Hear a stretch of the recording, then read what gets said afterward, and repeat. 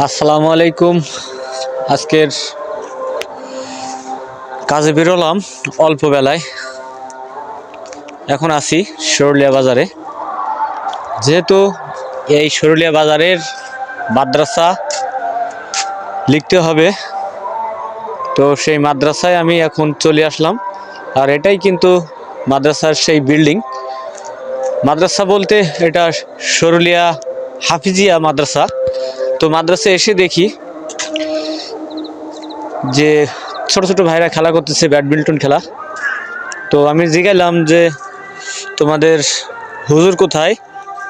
বলছে হুজুর গিয়েছে কেশবপুর একটা দাওয়াতে।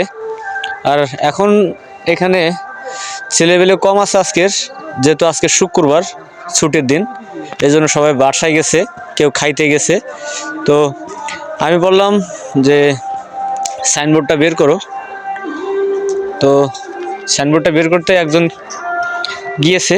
আর এটাই কিন্তু সরুলিয়া আলহাজ আইনাল হক হাফিজিয়া মাদ্রাসা উপরে লেখা আছে। আর এই যে সাইনবোর্ডটা বের করে আনতেছে, এই সাইনবোর্ডটাই কিন্তু লেখা হবে। তো সাইনবোর্ডটা আজ 4-5 রং করে রেখে গেছিলাম। আর আমি এখন লেখার কাজ শুরু করব। আর যা যা লাগবে, অর্থাৎ যে যে রং দিয়ে আমি লিখবো সেই রং কিন্তু ওখানে আমি রাখছিলাম। কাজ শুরু করলাম লেখার কাজ।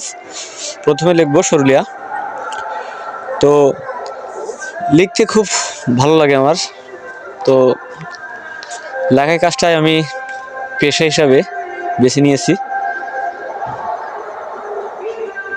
তো ভালো লিখতে পারি না, যাই পারি আলহামদুলিল্লাহ, লোকে ভালো বলে যে সুন্দর লেখা হয়েছে।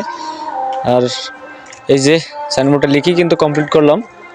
আর এখন লেখার পরে ফ্রেশ হয়ে আমি হুজুরের কাছে ফোন দিয়েছিলাম। হুজুর বলছে যে ভাই আমি চলে এসেছি, আমি বড়বিলা মাদ্রাসার সাইডে যে মসজিদটা, সেই মসজিদে নামাজ পড়তেছে, জানি না কোন মসজিদে, যাই হোক। তো হুজুরের অপেক্ষায় আছি। আর এটা হলো মসজিদ, আর এটা হলো খেলার মাঠ। দুই সাইডে মাদ্রাসার ছাত্ররা কিন্তু ব্যাডমিন্টন খেলে। আর এই যে কোরআনের পাখিরা, দোয়া করি তাদেরকে আল্লাহ অনেক বড় আলেম বানাক। তো সবাই দোয়া করবেন ছোট ছোট বাচ্চাদের জন্য, তারা মায়ের কোল থেকে এখানে থাকে।